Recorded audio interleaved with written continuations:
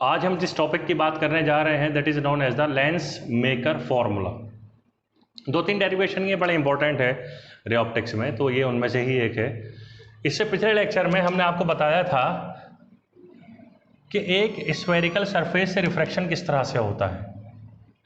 उसका फॉर्मूला था n1 n2 upon v minus n1 upon u is equal to n2 minus n1 upon r। ये हमने formula पढ़ाया था, पता है, प्रूफ किया था बाकायदा। ये एक सरफेस थी। अगर एक सरफेस और आ जाए इसी तरह की तो ये लेंस बना देती है।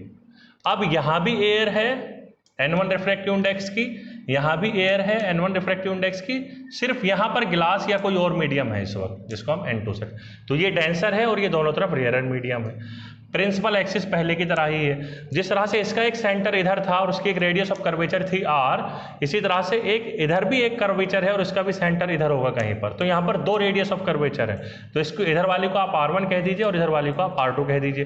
चूंकि ये दो सरफेस हैं तो इनके मिड पॉइंट्स को आप जो है रेफरेंस के तौर पर यूज कर लीजिए और इसी को हम सेंटर ऑफ द लेंस मान लेंगे। ओ से इसको डिनोट कर देंगे या पी से कर लीजिए जिसको आप पोल कहते थे।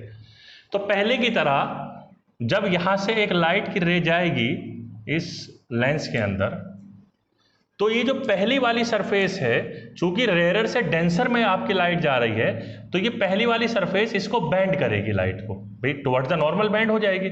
तो दिस रे विल बेंड लाइक दिस, ये इसको बेंड करेगी। लेकिन जब ये यहां से बाहर जाएगी तो डेंसर से रेयरर में जा रही है, तो आपकी जो लाइट की रे है वो थोड़ी सी डेविएट हो जाएगी अपने ओरिजिनल पाथ से और ये यहाँ कहीं इस तरह से जाके मिलेगी। तो अगर ये सेकंड सरफेस ना होती तो आपकी रे जो है वो यहां पर आ रही होती आई डैश पर।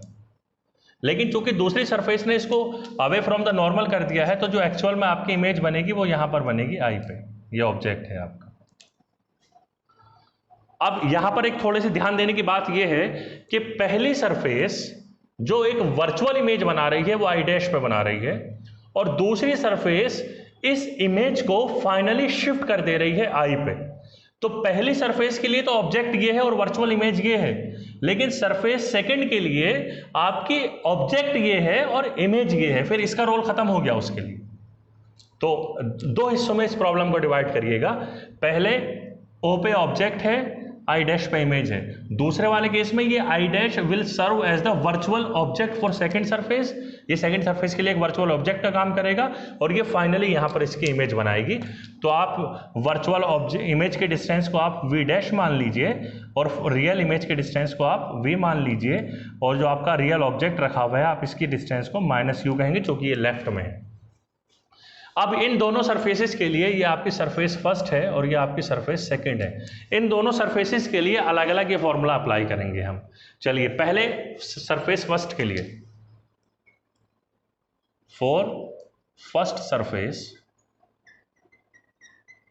क्या होगा आपका पहली सरफेस के लिए n2 अपॉन v। आप देखिए क्या इमेज वाकई v पे है? नहीं, इमेज v डैश पे है। क्या इमेज वाकई मीडियम n2 में है? तो आप देखेंगे कि इस आई डैश के लिए ये आपको नजर तो ये आ रहा होगा कि n1 में है, लेकिन ये वर्चुअली n1 में है। रियल में ये रे कहां पर है? यहां पर है, जिसको आपने एक्स्ट्रापोलेट किया है। तो आपकी जो इमेज है पहली वाली सरफेस की वो बन तो आई डैश पर लगी है, लेकिन उसकी जो रे है वो लेंस के अंदर ही है, तो ये मीडियम n2 में ही है। तो आप इसको लिखेंगे n2 upon v dash, v ना लेके हम इसको v डैश लिखेंगे, माइनस n1 अपॉन u। क्या डिस्टेंस u ही है? हाँ u है। निगेटिव ऑलरेडी लिया जा चुका है इस फॉर्मूले को प्रूव करने में, तो आपको दोबारा निगेटिव लेने की जरूरत नहीं है। क्या ये n1 में है? तो आपका जवाब है कि हाँ ये n1 में है। तो आप इसको लिखेंगे n1 upon u, it will be equal to n2 minus n1 divided by r1। पहली वाली सरफेस की रेडियस ऑफ कर्वेचर r1 होगी। आप सेकेंड सरफेस पे आ जाइए। इस सेकेंड सरफेस के लिए जिसका ऑब्जेक्ट आई डैश है और जिसकी इमेज आई है, ओके, तो सेकंड सरफेस के लिए ये फॉर्मूला लगाइए n2 अपॉन v।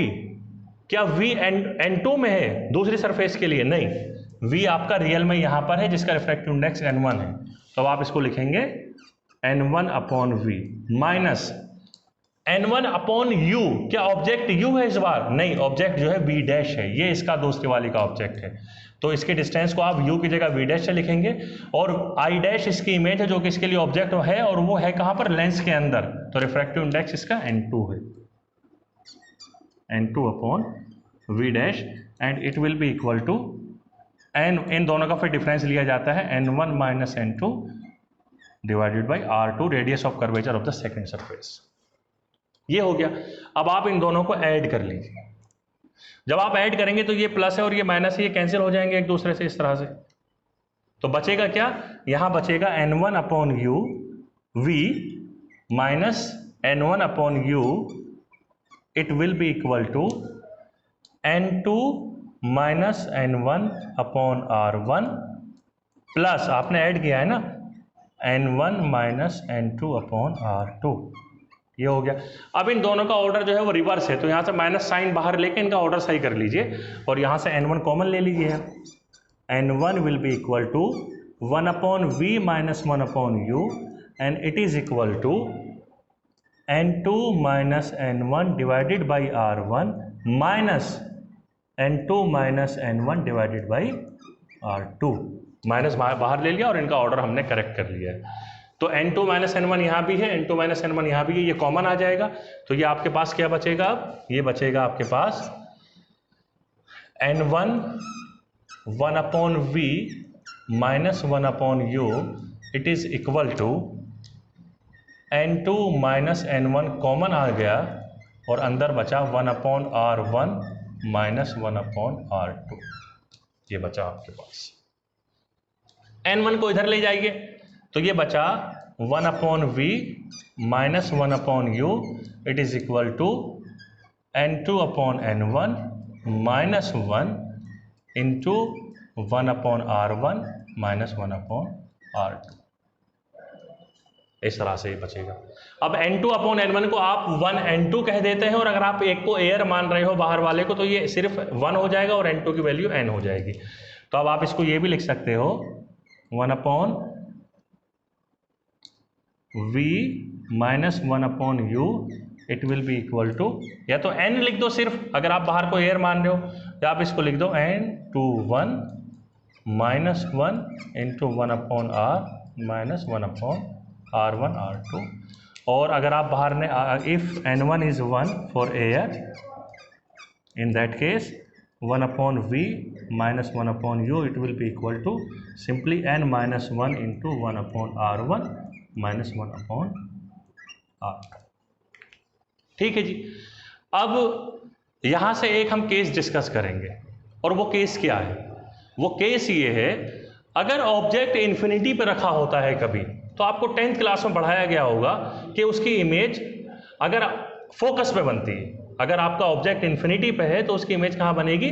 फोकस पे बनेगी। ये 10th क्लास का रूल है। 6 केस बताए जाते थे कि अगर ऑब्जेक्ट इन्फिनिटी पे है तो इमेज फोकस पे, और अगर ऑब्जेक्ट फोकस पे है तो इमेज इन्फिनिटी पे, और इन बिटवीन वो सारे केसेस होते हैं। तो वो सब आपको कहीं ना कहीं पढ़ाया गया होगा। वो फैक्ट मैं यहाँ पर यूज़ करूँगा। अगर आपका ऑब्जेक्ट इन्फिनिटी पर रख दिया जाए तो आपकी जो इमेज की डिस्टेंस है वो फोकल लेंथ के बराबर हो जाएगी। ये फंडामेंटल रूल है, चाहे मिरर हो चाहे लेंस हो। अब आप ज़रा इसको यहाँ यूज़ करिए। 1 अपॉन वी की जगह अगर मैं 1 अपॉन एफ कर लूँ और इसको मैं 1 अपॉन इन्फिनिटी कह दूँ, तो it will be equal to n minus 1 into 1 upon r1 minus 1 upon r2। याद रहे n की जगह आप n to 1 भी यूज़ कर सकते हैं। अब 1 अपॉन इन्फिनिटी को आप क्या कहते हैं? आप इसको कहते हैं कि ये जो है आपका 0 होता है। तो यहाँ से बचा क्या? यहाँ से बचा ये 1 upon f will be equal to n minus 1 into 1 upon r1 minus 1 upon r2। इसी फॉर्मूले को कहा जाता है लेंस मेकर फॉर्मूला। इस फॉर्मूले को हम क्या कहते हैं? Lens maker formula. लेंस को बनाने में ये फॉर्मूला यूज किया जाता है। अगर इस फॉर्मूले को भी जरा आप याद रखिए, अगर इसको इक्वेशन 1 और इसको इक्वेशन 2 कहा जाए तो दोनों इक्वेशन के राइट हैंड साइड सेम है। That means left hand side has to be same. इसका मतलब ये हुआ कि अगर आपके राइट हैंड साइड किसी दो इक्वेशन के सेम होते हैं तो उनके लेफ्ट हैंड साइड भी सेम होते हैं। तो इक्वेशन 1 और 2 के लेफ्ट हैंड साइड को ज़रा आप कंपेयर करिए। जब आप कंपेयर करेंगे तो आपको मिलेगा 1/f is equal to 1/v minus 1/u, which is a famous lens formula. ये लेंस मेकर फॉर्मूला है और ये सिंपली लेंस फॉर्मूला है। तो इस तरह से इसको प्रूफ भी किया जा सकता है, ये आप इसको याद कर लीजिएगा। अब आपको लेंस फॉर्मूले के बारे में तो पता चल गया, लेंस मेकर फॉर्मूले के बारे में भी पता चल गया। आपने पढ़े होंगे लेंस के दो तरह के लेंस होते हैं, एक को हम कॉन्वेक्स या कन्वर्जिंग लेंस कहते हैं और दूसरे को हम कॉनकेव या डाइवर्जिंग लेंस कहते हैं।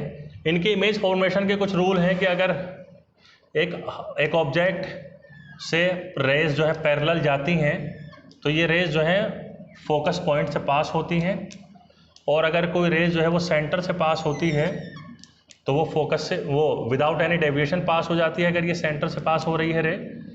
और अगर कोई रे, क्योंकि इसमें दो सरफेस होती हैं तो दो ही फोकस भी होती हैं, अगर कोई रे फोकस से होके जाए, प्राइमरी फोकस से होके जाए तो वो पैरेलल बन जाती हैं इनके, और जहाँ पर ये मिलती हैं आपस में वो इसकी इमेज होती है। तो अगर ये आपकी O dash height of the object है then I dash will be the height of image. इसी तरह से अगर इसमें होता है जो रे सेंटर से पास होती हैं वो तो विदाउट एनी डेविएशन चली जाती हैं, और जो रेस पैरेलल जाती हैं वो चूँकि ये डाइवर्ज करता है तो डाइवर्ज होंगी, लेकिन पीछे बढ़ाने पे किसी पॉइंट पे मिलती हुई दिखाई देती हैं ये, और इसी पॉइंट को हम फोकस पॉइंट कहते हैं। तो ये आपका कॉनकेव लेंस के लिए हो गया और ये कॉन्वेक्स लेंस के लिए हो गया, ठीक है। अब इसमें चीज़ हुआ करती है मैग्नीफिकेशन। मैग्नीफिकेशन जो होती है, लीनियर मैग्नीफिकेशन इसको कहते हैं, कि हाइट ऑफ इमेज को आप हाइट ऑफ ऑब्जेक्ट से जो है वो डिवाइड कर दीजिए। भाई अगर मान लीजिए आपकी इमेज जो है 2 सेंटीमीटर की है और आपका जो ऑब्जेक्ट था वो 4 सेंटीमीटर का था, तो इमेज तो ऑब्जेक्ट से आधी बनी ना, तो 2/4 दैट इज 0.5 आएगा, यानी कि 50% आपकी इमेज का साइज है ऑब्जेक्ट के कंपैरिजन में, और इसको लिखा जाता है सिंपली V/U। तो ये लीनियर मैग्नीफिकेशन का फॉर्मूला इसका हो गया। अगर आपको याद होगा कि आपने कॉम्बिनेशन ऑफ रेजिस्टेंस पढ़ा होगा, हमने पढ़ाया था एक जगह, कॉम्बिनेशन ऑफ कैपेसिटर पढ़ाया था सीरीज और पैरेलल, इसी तरह से कॉम्बिनेशन ऑफ सेल पढ़ाया था सीरीज और पैरेलल। इसी तरह से लेंस को भी कंबाइन किया जा सकता है, लेकिन यहाँ सीरीज और पैरेलल नहीं, सिर्फ सीरीज कॉम्बिनेशन होता है। तो दो लेंसों को मिला के, मान लीजिए आपके पास दो थिन लेंस हैं, थिन मतलब बहुत ज़्यादा मोटे लेंस नहीं हैं, इस तरह से दो लेंस हैं, या अगर आप इस तरह से लेने की बजाय एक लेंस कॉन्वेक्स और दूसरा कॉनकेव ले लो तब भी कोई फर्क नहीं पड़ता है, जैसी मर्जी आपके वैसा लेंस ले लो। इस लेंस की फोकल लेंथ f1 है और इस लेंस की जो फोकल लेंथ है वो f2 है, इसी तरह से इसकी f1 f2, इन दोनों की कंबाइंड फोकल लेंथ क्या होगी? तो इसको हम कॉम्बिनेशन ऑफ लेंस का सिस्टम कहते हैं। इसको पढ़ने के लिए बड़ा आसान सा तरीका ये है कि मान लीजिए यहाँ से एक रे जाती है, अब चूंकि पहला वाला लेंस कॉन्वेक्स है तो ये इसको कन्वर्ज करेगा, ये इस रे को क्या करेगा, कन्वर्ज करेगा, लेकिन दूसरा वाला जो लेंस है वो डाइवर्जिंग लेंस है, कॉनकेव लेंस है, तो ये इसको डाइवर्ज करेगा। तो पहले वाले लेंस ने अगर आपकी रे को कन्वर्ज करने की कोशिश की है तो दूसरा वाला लेंस इसको डाइवर्ज करने की कोशिश करेगा। तो अगर पहला लेंस ना होता तो इमेज यहाँ बनती, लेकिन दूसरे वाले लेंस की होने की वजह से इमेज यहाँ पर बनी है। सेम वही खेल है। अब ये दूसरे वाले के लिए वर्चुअल ऑब्जेक्ट का काम करेगा। ये आप मान लीजिए डिस्टेंस u है, ये आप मान लीजिए डिस्टेंस v डैश है, और ये डिस्टेंस आप मान लीजिए कि v है। तो पहले वाले के लिए अगर मैं लेंस फॉर्मूला लगाऊं 1/f1 will be equal to 1/v dash minus 1/u होगा, क्योंकि पहले वाले की जो इमेज बन रही है पहले वाले लेंस से वो आई डैश पर बन रही है, और दूसरे वाले के लिए यही इमेज जो है ऑब्जेक्ट का काम करेगी, तो u की जगह v डैश आ जाएगा और v की जगह v ही रहेगा। अगर आप इन दोनों को ऐड कर दो तो what you get 1/f1 plus 1/f2 it will be equal to, ये कैंसिल हो जाएगा आपका 1/v माइनस 1/u, और ये आपका 1/f होता है, मतलब ये हुआ 1/f, ये मैं राइट फ्लिप करके लिख रहा हूँ, 1/f will be equal to 1/f1 plus 1/f2। इस तरह से जैसे रेसिप्रोकल ऑफ रेजिस्टेंस का आता था पैरेलल में, 1/r is equal to 1/r1 plus 1/r2, इस तरह से लेंसेज के लिए आ रहा है। अब एक चीज़ पावर हुआ करती है, पावर होती है कि कोई लेंस, जैसे ये आपका कॉनकेव लेंस है, ये रेस को डाइवर्ज करता है, आपका कॉन्वेक्स लेंस है, ये रेस को कन्वर्ज करता है। तो क्या हर लेंस बराबर कन्वर्ज और डाइवर्ज करेगा? ऐसा नहीं है। कोई लेंस कितना कन्वर्ज या डाइवर्ज करता है वो उसकी फोकल लेंथ पर डिपेंड करता है। जितनी ज़्यादा फोकल लेंथ उतना कम डाइवर्ज या कन्वर्ज होगा वो। तो पावर एक चीज़ हुआ करती है जो इस चीज़ को क्वांटिफाई करती है, that is equal to 1/f। Reciprocal of focal length is basically known as the power, और इसकी यूनिट होती है डायोप्टर, जिसको कैपिटल डी से डिनोट किया जाता है। ठीक है जी। कॉन्वेक्स की फोकल लेंथ चूंकि राइट साइड में होती है प्राइमरी तो पॉजिटिव, और इसकी लेफ्ट साइड में होती है तो निगेटिव मानी जाती है। कॉन्वेक्स की पॉजिटिव फोकल लेंथ और कॉनकेव की नेगेटिव फोकल लेंथ। लेंस के केस में ये फॉर्मूला आप तब अप्लाई करोगे जब आपका क्या हो, जब आपका जो फोकल लेंथ है वो मीटर में गिवन। मान लीजिए एफ की वैल्यू जो है 0.1 मीटर है, तो फोकल पावर कितनी हो जाएगी? 1/0.1, दैट इज 10 डायोप्टर। लेकिन अगर फोकल लेंथ दी गई है आपको 20 सेंटीमीटर, ये तो अब सेंटीमीटर में तो नहीं है ये फॉर्मूला, तो सेंटीमीटर के लिए आपको पावर का ये फॉर्मूला यूज करना पड़ेगा 100/f। अब आप जो है यहाँ f की वैल्यू 20 रख सकते हैं आराम से। तो मीटर में अगर फोकल लेंथ है तो ये फॉर्मूला, और अगर सेंटीमीटर में फोकल लेंथ है तो उसका ये फॉर्मूला।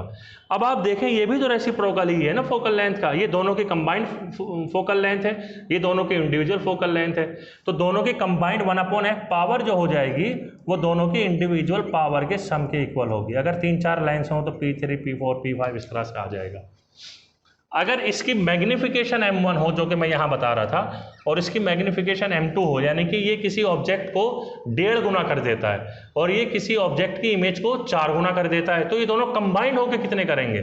तो दोनों के प्रोडक्ट के बराबर करेंगे। तो 1.5 × 4 6 टाइम मैग्नीफाई कर देंगे। तो मैग्निफिकेशन जो होती है वो प्रोडक्टिव होती है, m1 × m2 × m3 and so.